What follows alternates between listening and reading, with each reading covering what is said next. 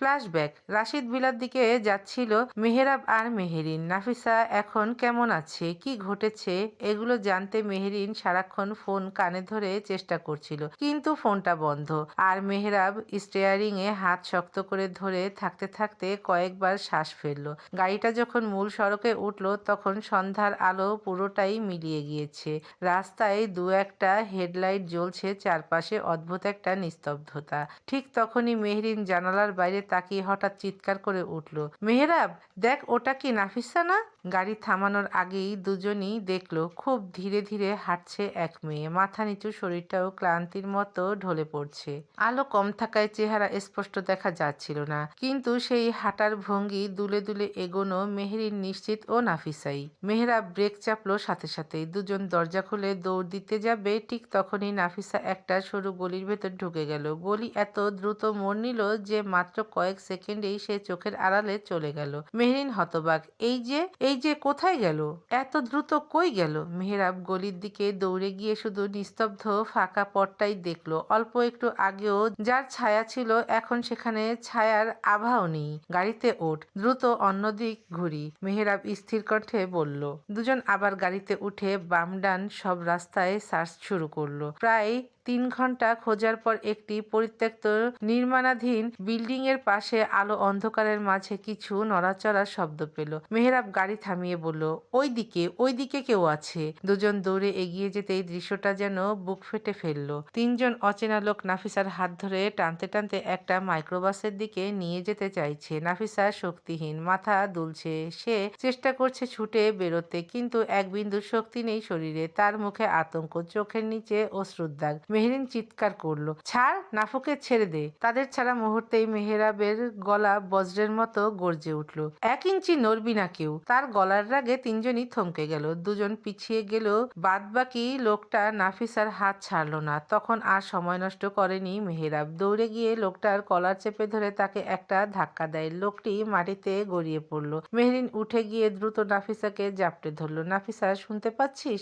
আমার দিকে তাকা। কিন্তু নাফিসা তখন অর্ধচেতন, মাথা তার মেহরিনের কাঁধে হেলে পড়ে আছে। সে শুধু অস্পষ্ট কণ্ঠে বলল, বাঁচাও, আমাকে বাঁচাও। এই শব্দ দুটো মুহূর্তেই মেহরিনের চোখ ভিজিয়ে দিল। ওইদিকে লোকগুলো সব সরে যাওয়ার চেষ্টা করছিল। মেহরাব তাদের দিকে শেষবার তাকিয়ে তর্জন করে বলল, দূর হয় এখান থেকে, আজ পালাইতে দিলাম, কিন্তু আরেকবার সামনে পড়লে হাত পা ভেঙে দেব। লোকগুলো কোনো প্রতিরোধ দেখানোর সাহস পেল না, তারা দৌড়ে পালিয়ে গেল। নাফিসা তখন পুরো শরীর ঢলে পড়ে মেহরিনের কোলেই অজ্ঞান হয়ে গেল। মেহরিন ভয়ে কাঁপতে কাঁপতে মেহরাবকে বলল, দ্রুত গাড়িতে নাও, ওকে হাসপাতালে নিতে হবে। দুজন মিলে নাফিসাকে সাবধানে গাড়ির সিটে শুইয়ে দিল এবং দ্রুত গাড়ি ছুটলো কাছাকাছি প্রাইভেট হাসপাতালে। ডাক্তারের চেক আপ শেষে ডাক্তার বলল, ও খুব বেশি মানসিক ধাক্কায় আছে, শরীরেও প্রচুর দুর্বলতা, ঠিকমতো খাবার খায়নি অনেকক্ষণ, ভয় পেয়েছে ভয়ানকভাবে। এখন কিছু ইঞ্জেকশন ও স্যালাইন চলবে, ঘুমালে ভালো হবে। ডাক্তার চলে যাওয়ার পর নাফিসা ঘুমিয়ে গেল অবচেতন, কাপা নিঃশ্বাসে। মেহরিন চেয়ারে বসে তার মাথার চুল হাত বুলিয়ে বলতে লাগলো, কোথায় যাচ্ছিলি? কেন একা বের হলি? জানিস তোর সঙ্গে যদি কিছু হতো? তার গলা কেঁপে উঠলো, চোখ ছলছল করলো। মেহরাব তখনও দরজার পাশে দাঁড়িয়ে, তার মুখ শক্ত, চোখে এক ধরনের ঠান্ডা রাগ। ওকে একা ছেড়ে দিয়েছে রাতে? এটাই কি পরিবার? নিজের ঘরের মেয়েকে এভাবে ফেলে রাখে? কিছুক্ষণ পর দুজন সিদ্ধান্ত নিল, এখনই রাশিদ ভিলাতে কিছু জানানো যাবে না। নাফিসা পুরো জ্ঞান না ফিরলে আর মানসিকভাবে স্থির না হলে তারা কিছুই জানাবে না। এরকম অসুস্থ অবস্থায় যখন একা ফেলে দিয়েছে তাহলে তাদেরকে জানানোর কোনো মানেই হয় না। মেহরাব বলল, আজ রাতে ওকে আমাদের ফার্ম হাউসে নিয়ে যাই, ওখানে শান্ত পরিবেশ, কেউ ডিস্টার্ব করবে না। মেহরিন মাথা নেড়ে সম্মতি দিল, হ্যাঁ ঠিক, এটাই ভালো, কেউ জানবে না আপাতত। ও পুরো সুস্থ হলে তারপর সব বলা হবে।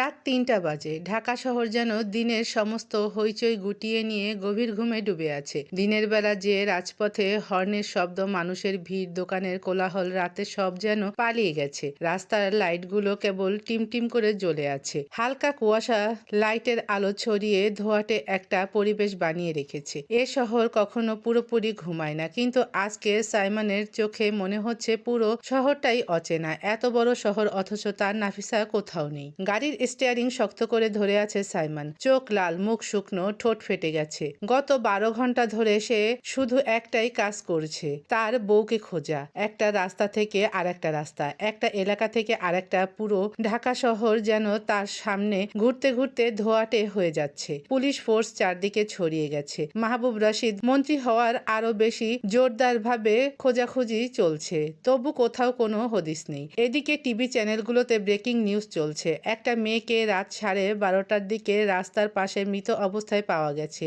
লাস্ট আইডেন্টিফিকেশন দেখে অনেকে ভেবেছিল এটাই নাফিসা, কিন্তু পরে নিশ্চিত হওয়া গেল দেহটি নাফিসার নয়। এটা শুনে পুরো রাশিদ পরিবার যেমন স্বস্তি পেল, তেমনি সাইমনের বুকের ভেতর নতুন করে আশা জেগে উঠেছে। জানে নাফিসা বেঁচে আছে, কোথাও আছে, শুধু তাকে খুঁজে বের করতে হবে বউটাকে। সাইফান আর রাজীব তার সাথেই আছে। রাজীবের দায়িত্ব ছিল পুরো শহরের সব হাসপাতালের ডিটেলস নেওয়া, সবকিছু নিজে হ্যান্ডেল করছে। সে একটার পর একটা কল দিচ্ছিল। প্রায় সব হাসপাতাল থেকে একই উত্তর পেয়েছে, নাফিসার খোঁজ পাচ্ছে না। হঠাৎ একটা ছোট প্রাইভেট হাসপাতাল থেকে রাজীবের ফোন এলো। ফোনটা রিসিভ করে জানতে পারে তাদের পাঠানো ছবি ও বাদবাকি ডিটেলস অনুযায়ী একটা মেয়েকে নিয়ে আসা হয়েছিল। মেয়েটা প্রেগনেন্ট, সাথে 2টা ছেলে মেয়ে ছিল একই বয়সে। শোনা মাত্রই রাজীব থমকে গেল। পরপর রাজীব চুপ না থেকে সঙ্গে সঙ্গে সাইমনের কাছে গেল। স্যার, একটা হাসপাতাল বলেছে মিলছে ভাবির মতো একজনকে। তাদেরকে ছবি দেখানো হয়েছে, ওনারা বলেছেন সেম ছবিটার সাথে মিলে গেছে এমন একজন এসেছিল। এই একটা বাক্যই সাইমনের বুকের ভিতর অস্থিরতা কিছুটা কমালো। জড়িয়ে একটা নিঃশ্বাস নিয়ে রাজীবের দিকে তাকিয়ে, আমাকে তাড়াতাড়ি ঠিকানাটা সেন্ড করো বলে দ্রুত গাড়ির কাছে গেল। পিছন থেকে একবার ঘুরে দাঁড়িয়ে, গাড়িতে ওঠো এখনই। রাজীব সামনেই বসলো, পিছনে সাইমন দেরি না করে গাড়ি স্টার্ট দিল। রাতে শহর ফাঁকা থাকলেও সাইমনের কাছে মনে হচ্ছে প্রতিটা সেকেন্ড যেন ভারী। তার হাত কাঁপছে, বুক ধুকপুক করছে। গাড়ির স্পিড দাঁড় করালো প্রায় 100 এর উপরে। পেছনে পুলিশ ফোর্সও রওনা হলো সাইমনদের গাড়ি ফলো করে। হাসপাতালের সামনে পৌঁছাতে পৌঁছাতে রাত 3:15। ছোট একটা ভবন, প্রায় অন্ধকার। রিসেপশনে মাত্র একজন কাউন্টার নাইট ডিউটিতে। মেয়েটা কোথায়? সাইমনের ভারী কণ্ঠ তাড়াহুড়ো করে রাগে কাঁপতে থাকা কণ্ঠে জোরে বলল। কম্পাউন্ডার ভয় পেয়ে গেল। সাইমন হঠাৎ রেগে জোরে কথা বলায়, স্যার, আমরা রোগীকে রাখিনি। সাইমন রেগেমেগে দাঁতের দাঁত চেপে বলল, হোয়াট? তাহলে কোথায় গেল? সম্পূর্ণ ডিটেলস না দিয়ে আমাদের এখানে ডেকেছেন কেন?